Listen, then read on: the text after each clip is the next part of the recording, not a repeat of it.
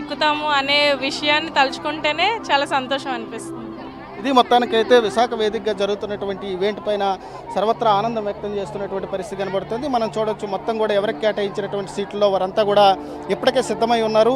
మరి ఎల్ఈడి స్క్రీన్లు ఏర్పాటు చేశారు. ఎందుకంటే అక్కడ ప్రధాన వేదిక వద్ద ప్రధాని మోడీ, దాంతోపాటుగా ముఖ్యమంత్రి చంద్రబాబు, డిప్యూటీ సీఎం పవన్ కళ్యాణ్ అక్కడ యోగాసనాలు నిర్వహిస్తారు కాబట్టి అదంతా కూడా లైవ్ టెలికాస్ట్ ద్వారా ఇక్కడకు వస్తుంది. దాదాపుగా 26 కిలోమీటర్ల ద్వారా ఎక్కడ చూసినా కూడా మొత్తం యోగా నిర్వహించడానికి వచ్చినటువంటి పబ్లిక్తోనే నిండిపోయినటువంటి పరిస్థితి. విశాఖ అంతా కూడా కిక్కిరిసిపోయిందని చెప్పొచ్చు. ఎందుకంటే గతంలో ఏదో పొలిటికల్ సభలో లేకపోతే ఇంకొక సభలకు పబ్లిక్ని తీసుకురావచ్చు, కానీ ఇది స్వచ్ఛందంగా చాలా వరకు వచ్చి పార్టిసిపేట్ చేస్తున్నారు. ఎందుకంటే ఇటీవల కాలంలో యోగా పైన సంపూర్ణమైనటువంటి అవగాహన పెరిగింది. ఈ నేపథ్యంలోనే పబ్లిక్ ఎంత పెద్ద ఎత్తున ఇక్కడికి వస్తున్నటువంటి పరిస్థితి కనబడుతోంది.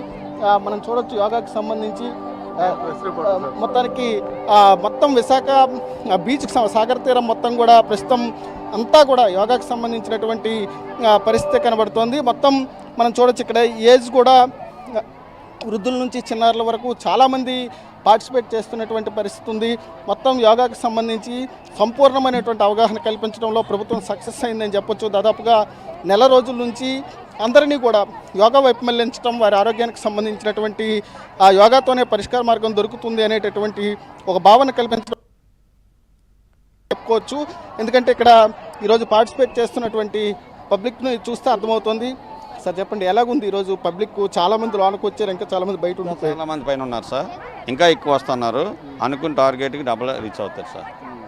ఇది ఒక అద్భుతమైన కార్యక్రమం. చాలా జనాభా మటుగా వాళ్ళు ఇచ్చే టార్గెట్కి డబుల్ అవుతున్నారు సార్. అదే ఇప్పుడు చేసిన ఎక్విప్మెంట్ చాలదని మేము చూసాం అనుకుంటున్నాం. చాలా మరి ఇది మొత్తానికైతే విశాఖ వేదికగా జరుగుతున్నటువంటి యోగాంధ్ర కార్యక్రమానికి సంబంధించి పెద్ద ఎత్తున ఇప్పటికే లక్షలాది మంది ప్రజలు ఆ కార్యక్రమంలో పార్టిసిపేట్ చేస్తున్నారు. అటు ఆర్కే బీచ్ నుంచి భీముల వరకు ఉండేటటువంటి దారులన్నీ కూడా యోగాంధ్ర వైపు వెళ్తున్నటువంటి పరిస్థితి కనబడుతుంది. ఇప్పటికే లక్షలాది మంది వారికి కేటాయించినటువంటి సీట్లలో, వారికి కేటాయించినటువంటి బాక్సుల్లో సిద్ధమై ఉన్నారు. మొత్తానికైతే మరి కాసేపట్లో ప్రధాని మోదీ, ముఖ్యమంత్రి చంద్రబాబు ప్రధాన వేదిక మీద నుంచి యోగాంధ్ర కార్యక్రమాన్ని ప్రారంభిస్తారు. దేశవ్యాప్తంగా కూడా ఇప్పుడు విశాఖ వైపు చూస్తున్నటువంటి పరిస్థితి కనబడుతుంది. యోగాంధ్ర ప్రత్యేకమైనటువంటి ఒక మైలురాయిగా మిగిలిపోతుంది ఆంధ్రప్రదేశ్ చరిత్రలో అనేటటువంటిది సర్వత్రా వ్యక్తమవుతున్నటువంటి భావన. యామిని. అయితే రమేష్, మరి కంపార్ట్మెంట్లో ఆసనాలు వేసే వారి కోసం సేవలు అందించడానికి ఇప్పటికే అధికారులు అన్ని ఏర్పాట్లు కూడా చేశారు కదా, మరి ఆ ఏర్పాట్లకు సంబంధించి అక్కడ ఉన్న వాళ్ళు ఏమంటున్నారు? ప్రధానంగా ప్రభుత్వం చేసినటువంటి ఏర్పాట్లపైన సర్వత్రా హర్షం వ్యక్తమవుతున్నటువంటి పరిస్థితి కనబడుతుంది. దాదాపుగా ఉదయం 5 గంటల నుంచి కూడా మనం ప్రతి ఒక్కరిని కదుపుతున్నాం. ఎందుకంటే వారి యొక్క భావన, ఫీడ్బ్యాక్ ఏ రకంగా ఉందనేటటువంటి తెలుసుకునేటటువంటి ప్రయత్నం చేస్తే దాదాపుగా వారు ఏ సెంటర్ నుంచి అయితే విశాఖపట్నం వచ్చారో ఆ తీసుకురావటం కానీ, ట్రాన్స్పోర్ట్ ఏర్పాట్లు కానీ, అదేవిధంగా ఇక్కడ వచ్చిన తర్వాత వారిని రిసీవింగ్ చేసుకునేటటువంటి విధానం కానీ, దాంతోపాటుగా లోనికి ఎంట్రీ అయిన తర్వాత వారు ఏ రకంగా రిజిస్ట్రేషన్, అంటే ఇప్పటికే వాళ్ళకి ఒక క్యూఆర్ కోడ్ ఇచ్చారు, ఆ క్యూఆర్ కోడ్ను రిజిస్ట్రేషన్ ప్రాంతంలో చూపించడం, ఆ తర్వాత వారికి కేటాయించినటువంటి సీట్లకు ఏ రకంగా వెళ్ళాలనేటటువంటిది చాలా సులువుగా ఏర్పాట్లు చేశారు. అక్కడికి వచ్చిన తర్వాత వారిని రిసీవ్ చేసుకొని వారికి ఒక టీషర్టు, దాంతోపాటుగా మ్యాట్ రెండు కూడా వారికి ఇస్తున్నారు.